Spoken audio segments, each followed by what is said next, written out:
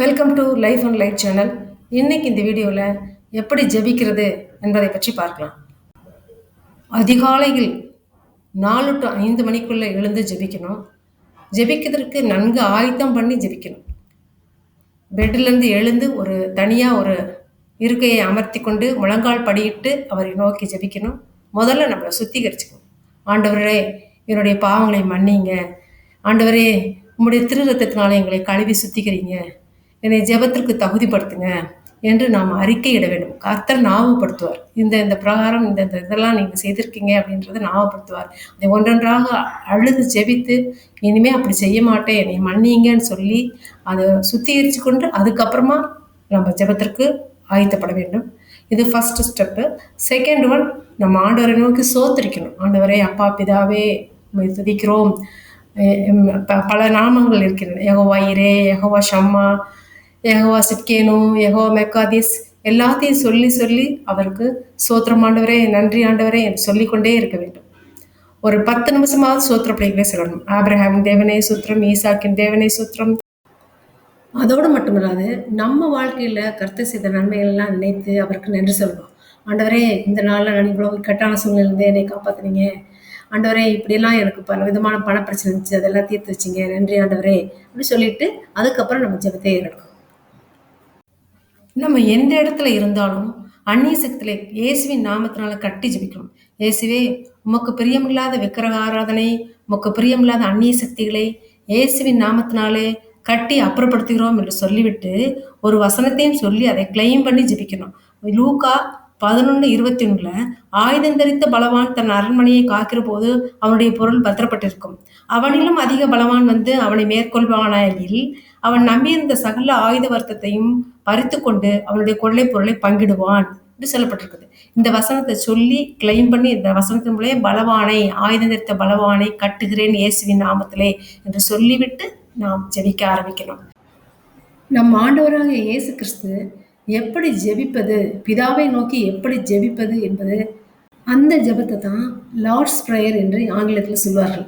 பிதாவை நோக்கி ஜெபிப்பதை குறித்து மத்தேயு அதிகாரத்தில் சொல்லப்பட்டிருக்கிறது. இயேசுவே நமக்கு ஜெபிப்பதற்கு எப்படி என்பதை கற்றுக் கொடுத்திருக்கிறார். அதாவது மத்தேயு 6:9 பாருங்க, நீங்கள் ஜெபம் பண்ண வேண்டிய விதமாவது அப்படின்னு ஆரம்பிச்சிருக்காரு. பரமண்டலில் இருக்கிற எங்கள் பிதாவே, உம்முடைய நாமம் பரிசுத்தப்படுவதாக, உம்முடைய ராஜ்யம் வருவதாக, உம்முடைய சித்தம் பரமண்டலத்தில் செய்யப்படுகிறது போல பூமியிலேயும் செய்யப்படுவதாக. எங்களுக்கு வேண்டிய ஆகாரத்தை என்று எங்களுக்கு தாரும். எங்கள் கடனாளிகளுக்கு நாங்கள் மன்னிக்கிறது போல எங்கள் கடன்களை எங்களுக்கு மன்னியும். எங்களை சோதனைக்கு உட்பட பண்ணாமல் தீமை என்று எங்களை ரட்சித்துக் கொள்ளும். ராஜ்யமும் வல்லமையும் மகிமையும் என்றென்றைக்கும் உம்முடையவைகளே, ஆமேன் என்பதே. இப்போ நம்ம விண்ணப்பங்களை ஏறெடுக்கும் போது மிகுந்த விசுவாசம் உள்ளவர்களாய் ஜெபிக்க வேணும். அதுக்கும் ஒரு வசனம் இருக்கு. மத்தேயு 21:22 நீங்கள் விசுவாசம் உள்ளவர்களாய் ஜெபத்திலே எவைகளை கேட்பீர்களோ அவைகளை எல்லாம் பெறுவீர்கள் என்றார். அவரே சொல்லியிருக்கார், விசுவாசத்தோடு ஜெபிக்கணும். அப்போ நம்மளுடைய சப்ளிகேஷன்ஸ், நம்மளுடைய விண்ணப்பங்களை ஒன்றொன்னா கிளைம் பண்ணி ஜெபிக்கணும். இப்போ நமக்கு ஒரு பொருள் தேவைப்படுது அப்படின்ற பொருட்களை, ஆண்டவரே என் நாமத்தில் எதை கேட்டாலும் தருவேன் என்றீரே, யோவான் 14:14 அதன்படி எனக்கு இந்த பொருளை கொடுங்க அப்படின்னு சொல்லி நம்ம ஜெபிக்கணும். அவருடைய சித்தத்தின்படியே கேட்கணும். ஆண்டவரே, உமக்கு சித்தமானால் இதை கொடுங்க, நான் அதை விரும்புகிறேன், ஆனாலும் ஆண்டவரே உங்களுடைய சித்தத்தின்படி எனக்கு செய்யுங்கன்னு அதையும் சேர்த்து சொல்லணும். அப்போ அவர் நமக்கு தேவையா அப்படின்றத அவர் நன்றாக அறிந்து தேவையானால் மட்டும் நமக்கு அதை கொடுப்பார். அதுக்கு கண்டிப்பாக நம்மளுடைய தேவைகள் அவருக்கு தெரியும். இன்னது உங்களுக்கு தேவை என்று முன்னமே அவர் அறிந்திருக்கிறார் என்று அதையும் வேதத்தில் வாசிக்கிறோம். அதனால விசுவாசம் உள்ளவர்களாய் அவருடைய நாமத்தின் பேரிலே இந்த வசனங்களை கிளைம் பண்ணி நம்ம ஜெபிக்கணும்.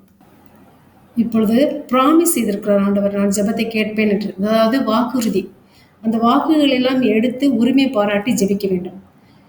ஃபார் எக்ஸாம்பிள் 2 நாளாகமம் 6:40 ஒரு வசனம். இப்போதும் என் தேவனே, இந்த ஸ்தலத்திலே செய்யப்படும் விண்ணப்பத்திற்கு உம்முடைய கண்கள் திறந்தவைகளும் உம்முடைய செவிகள் கவனிக்கிறவையுமாய் இருப்பதாக என்று சொல்லப்பட்டிருக்கு. அதனால உரிமை பாராட்டி இப்படி சொல்லியிருக்கீங்க இந்த வசனத்துல, என்னுடைய ஜெபத்தை கேளுங்க, என்னை கண்ணோக்கி பாருங்க அப்படின்னு சொல்லி கேட்டுக்கிட்டே ஜெபம் பண்ணணும். இன்னுமாய் நான் ஜெபிக்கும் போது மிகுந்த விசுவாசத்தோடு ஜெபிக்கணும். விசுவாசம் இல்லாமல் தேவனுக்கு பிரியமாய் இருப்பது கூடாத காரியம். ஏனென்றால் தேவனிடத்தில் சேருகிறவன் அவர் உண்டென்றும் அவர் தம்மை தேடுகிறவர்களுக்கு பலன் அளிக்கிறவர் என்றும் விசுவாசிக்க வேண்டும். இவ்வாறு எபிரேயர் 11:6 சொல்லப்பட்டிருக்கு. மிகுந்த விசுவாசத்தோடு ஜெபிக்கணும். இயேசு லாசருவின் கல்லறையில் ஒரு ஜெபத்தை ஏறெடுத்தார். எப்படியாக? இயேசு தம்முடைய கண்களை ஏறெடுத்து, பிதாவே, நீர் எனக்கு செவி கொடுத்தபடியினால் உம்மை ஸ்தோத்திரிக்கிறேன். நீர் எப்பொழுதும் எனக்கு செவி கொடுக்கிறீர் என்று நான் அறிந்திருக்கிறேன். ஆனாலும் நீர் என்னை அனுப்பினதை சூழ்ந்து நிற்கும் ஜனங்கள் விசுவாசிக்கும்படியாக அவர்கள் நிமித்தம் இதை சொன்னேன் என்றார். இவைகளை சொன்ன பின்பு, லாசருவே, வெளியே வா என்று உரத்த சத்தமாய் கூப்பிட்டார். அப்பொழுது ஜெபம் கேட்கப்பட்டு அவன் வெளியே வந்தான். கெத்செமேல எவ்வாறு இயேசு ஜெபித்தார் என்று நாம் ஒரு வேத வசனத்தின் மூலம் பார்க்கலாம்.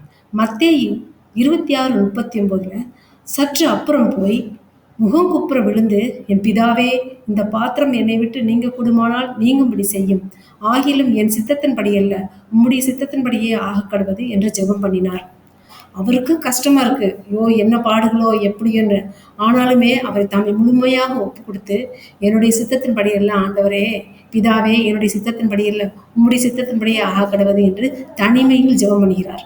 தனித்து அப்படியே அங்கலாய்த்து ஜெபம் பண்ணுகிறார். இதுவும் அவர் நமக்கு வழிகாட்டியாக இருக்கிறார். நாம் எப்படி தனித்து ஜெபிக்கணும், எப்படி பிதாவை நோக்கி அவருடைய சித்தத்திற்கு ஒப்பு கொடுத்து ஜெபிக்கணும்னு கர்த்தராக இயேசு நமக்கு ஒரு முன்னோடியாக இருக்கிறார். இயேசு சிலுவை பாடலுக்கு சற்று முன்பாக தம்முடைய கண்களை வானத்திற்கு ஏறெடுத்து, பிதாவே, வேலை வந்தது. நீர் உம்முடைய குமாரனுக்கு தந்தருளின யாவருக்கும் அவர் நித்திய ஜீவனை கொடுக்கும் பொருட்டு மாமிசமான யாவர் மேலும் நீர் அவருக்கு அதிகாரம் கொடுத்தபடியே உம்முடைய குமாரன் உம்மை மகிமைப்படுத்தும்படிக்கு நீர் உம்முடைய குமாரனை மகிமைப்படுத்தும் என்று வேண்டிக்கொள்கிறார். அதோடு மட்டுமில்லாமல் அடுத்த வசனத்தை சொல்கிறார், ஒன்றான மெய்த்தேவனாகிய உம்மையும் நீர் அனுப்பினவராகிய இயேசு கிறிஸ்துவையும் அறிவதே நித்திய ஜீவன். எப்படியாப்பட்டதான மேலான ஜெபம்! தான் உலகத்தில் இருக்கப் போவதில்லை என்பதை அறிந்து தம்மை பின்பற்றியவர்களையும் தம்மை பற்றி அறிந்தவர்களையும் பிதாவிடத்தில் ஒப்பு கொடுத்து அருமையாக ஜெபிக்கிறார். உம்முடைய நாமத்தினாலே காத்துக்கொள்ளும் என்று ஜெபிக்கிறார்.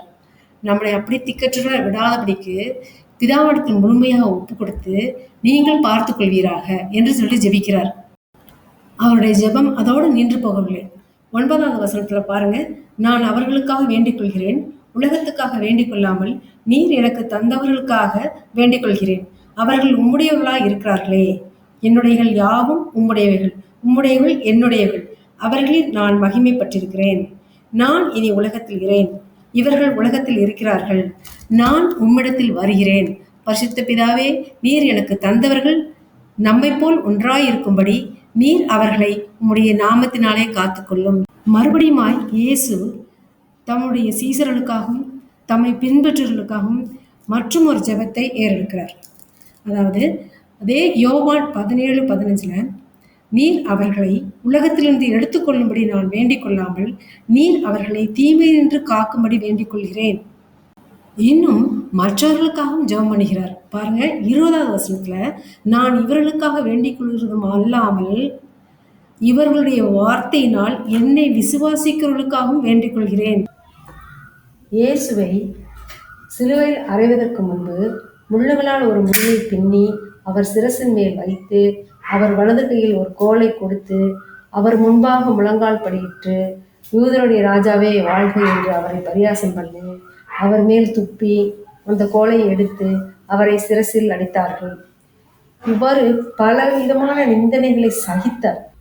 இவ்வளவு நிந்தனைகள், அவமானங்கள் அவருக்கு கொடுத்த மற்றவர்களுக்காக அவர் பிதாவை நோக்கி, மன்னியும் ஆண்டவரே, பிதாவே, இவர்களுக்கு மன்னியும், தாங்கள் செய்கிறது இன்னதென்று அறியாதிருக்கிறார்களே என்று சொல்லி ஜெபிக்கிறார். அந்த சிலுவை பாடுகளின் மத்தியிலும் தன்னுடைய எல்லா உபத்திரவத்தின் மத்தியிலும் அவர்களுக்கு குற்றம் இழைத்தவர்களுக்காக ஜெபிக்கிறார்.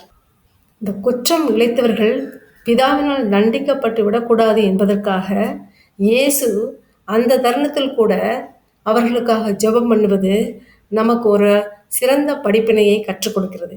எந்த இடத்திலும் நமக்கு துன்பம் செய்வர்களுக்கு நாம் ஜெபிக்க வேண்டும். கடைசியாக இயேசு தம் ஜீவன் பிரியும் போது பிதாவை நோக்கி, உம்முடைய கைகளில் என் ஆவியை ஒப்புவிக்கிறேன் என்று மகா சத்தமாய் கூப்பிட்டு சொன்னார். இப்படி சொல்லி ஜீவனை விட்டார். அதாவது கடைசி நிமிஷம் கூட, அதாவது உயிர் போகுதுன்ற நேரத்தில் கூட பிதாவை நோக்கி, உம்மிடத்தில் நான் ஒப்பு கொடுக்கிறேன் என்று ரொம்ப ஒரு ட்ரஸ்ட்ஃபுல்லாக, ஒரு நம்பிக்கைக்குரிய ஒரு எண்ணத்தோடு பிதாவிடத்தில் தன்னுடைய ஜீவனை ஒப்பு கொடுக்குறார். இதே நமக்கு என்ன காட்டுது, நாங்கள் இனிமேல் ஒன்றுமே இல்லை, நம்ம வாழ்க்கையில் எல்லாம் முடிஞ்சிருச்சு அப்படின்னு நினைக்கிற சந்தர்ப்பத்திலும் கூட நாம் பிதாவை நோக்கி இயேசு கிறிஸ்துவின் நாமத்தின் மூலமாக ஜெபிக்கணும். ஆண்டவரே, இந்த நேரத்தில் இந்த சுச்சுவேஷனில் அப்படியே உங்களுடைய கரங்களையே நான் ஒப்பு கொடுக்குறேன், நீங்கள் பொறுப்படுத்திக் கொள்ளுங்க என்று சொல்லி ஜெபிக்க வேண்டும். இப்படி ஒவ்வொரு கட்டமாக ஜெபிக்கிறது எப்படின்றத பற்றி இந்த வீடியோவில் நம்ம பார்த்துருக்கோம். நம்ம வாழ்க்கையில் சந்தர்ப்பங்களில் இயேசுவே மாதிரியாக இருந்து ஜெபித்து காட்டியிருக்கிறார். தம் ஜீவன் பிரியும் வரை ஜெபித்து கொண்டே இருந்திருக்கிறார். இதுவே நமக்கு போதுமானது. நாம் எப்படி ஜெபிக்கணுன்றதை அவற்றிருந்து தாராளமாக கற்றுக்கொண்டுள்ளோம். இந்த வீடியோவை நீங்கள் பலமுறை கேளுங்க, பலமுறை பாருங்க. அப்பொழுது உங்களுக்கு ஜெபத்தின் அருமையை நீங்கள் கற்றுக்கொள்வீர்கள்.